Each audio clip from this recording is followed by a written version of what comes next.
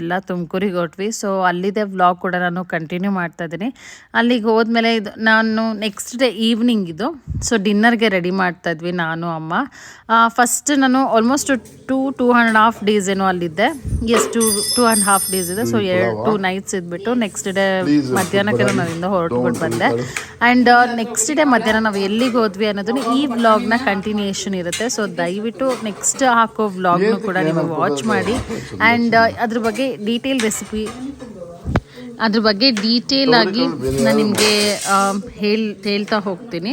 So ಒಂದು curiosity ಇರಲಿ ಅಂತ ಅಂದ್ಬಿಟ್ಟು ನಾನು ಇವಾಗಲೇ ಇದೇ ವ್ಲಾಗಲ್ಲೇ ಹೇಳ್ತಾ ಇದ್ದೀನಿ. ಸೊ ನಾನಿಲ್ಲಿ ಜಸ್ಟ್ ಸಿಂಪಲ್ ಆಗಿ ಪಲಾವ್ ಮಾಡ್ತಾ ಇದ್ದೆ.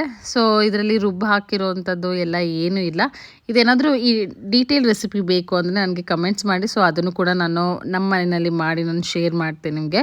ಸೊ ನಮಗಂತೂ ಇದು ಸಖತ್ ಇಷ್ಟ ಆಯಿತು. ನಾನು ಇಷ್ಟು ಚೆನ್ನಾಗಿ ಬರುತ್ತೆ ಅಂತಲೇ ಅಂದ್ಕೊಂಡಿರಲಿಲ್ಲ, ಅಷ್ಟು